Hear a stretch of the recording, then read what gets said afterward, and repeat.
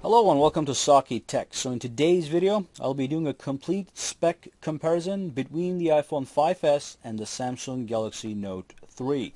So these are two major flagship devices from Apple and Samsung, and as you know, these guys love to fight with each other. So let's dive into some details really quick. Alright, so the most obvious difference between these two phones is the size. The Note 3 is a colossal titan compared to the iPhone 5S. It is 151 millimeters tall and 79 millimeters wide, whereas the iPhone 5S is 124 millimeters tall and 59 millimeters wide. Now the Note 3 for a huge phone is quite a thin phone. It is only 8.3 millimeters thick, whereas the iPhone is 7.9 millimeters thick.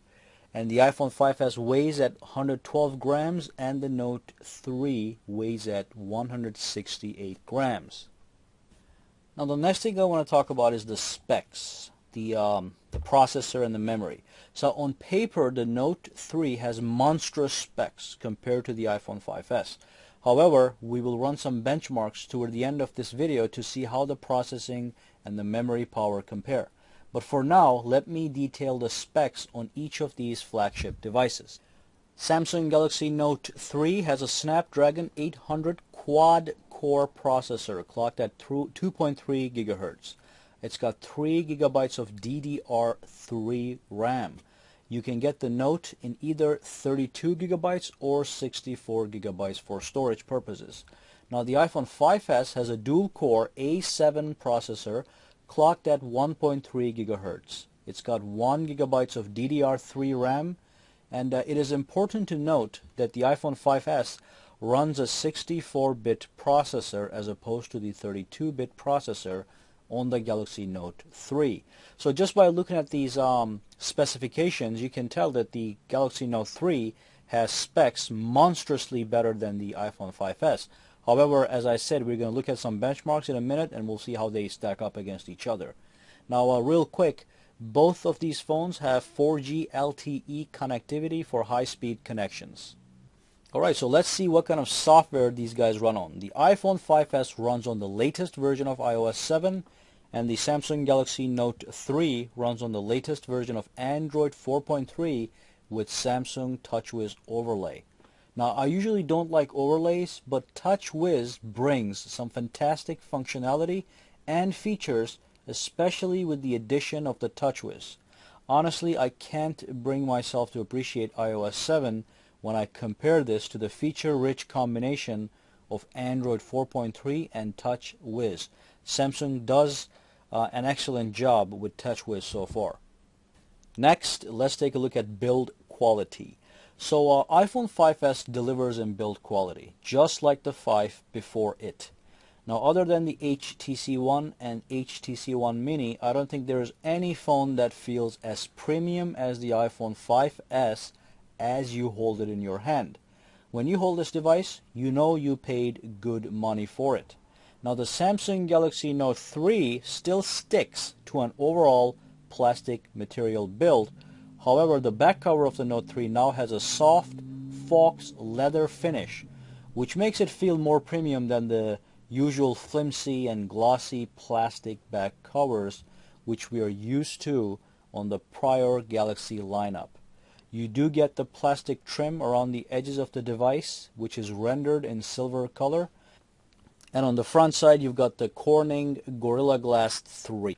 Alright, so let's talk about the display the next. Another important comparison here would be the display size and quality. So the Note 3 is a huge phone and it sports a 5.7-inch display with a screen resolution of 1080p. That's a full high definition display, and you end up getting 388 pixels per inch.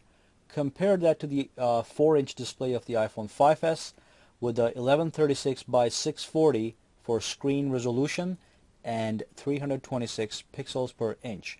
Now everything on the Galaxy Note 3 will look better. There's no question about that. As for the camera, we have on the iPhone 5S an 8 megapixels rear-facing camera and a 1.2 megapixels front-facing camera. Galaxy Note 3 comes with a 13 megapixels rear-facing camera and a 2 megapixels front-facing camera. Galaxy Note can record 1080p using both the rear and the front cameras, but the front-facing camera on the iPhone 5S can only record in 720p. However, the rear-facing camera on the iPhone 5S can obviously record in 1080p. Okay, and let's talk about the battery. The Samsung Galaxy Note 3 has a 3200 milliamp hour battery, and the iPhone 5S has a 1570 milliamp hours battery. I have used these devices for basically the same functions for a couple days now, and I can tell you that you will get full day's worth without any problems. So how exactly did I use the phone? Well, I made phone calls, I listened to some music, I watched videos on YouTube, I did some text messaging, and I checked emails, I read some news in the Flipboard application, and I just was playing around with the phone out of boredom. So that actually lasted me for a full day, no problems, especially with the Galaxy Note 3. The iPhone never had a problem with the battery life, but the Galaxy Note series have had problems, but looks like that's been fixed with the larger battery. And then finally, I want to talk about some miscellaneous features here. We want to quickly mention that the Galaxy Note 3 does not come with a fingerprint sensor, and that the iPhone 5S does not come with a stylus. Now, in my opinion, the stylus is more useful than a fingerprint sensor. Now, the iPhone 5S comes in a gold, space gray, and black colors, and the Note 3 is available in jet black, classic white, and some kind of pink color. And that's the color options you have on each of these devices. Alright, so finally let's run some benchmarks. We're going to use the Geekbench benchmarking tool, and let's make sure nothing is running in the background, no recent apps on the Galaxy Note 3. And let's launch Geekbench 3.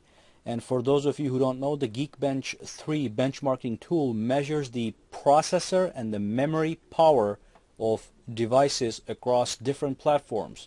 So this is the perfect tool to measure iOS 7 and Android 4.3 and see how they stack against each other. So let's wait till this test is over, and we'll analyze the numbers afterwards.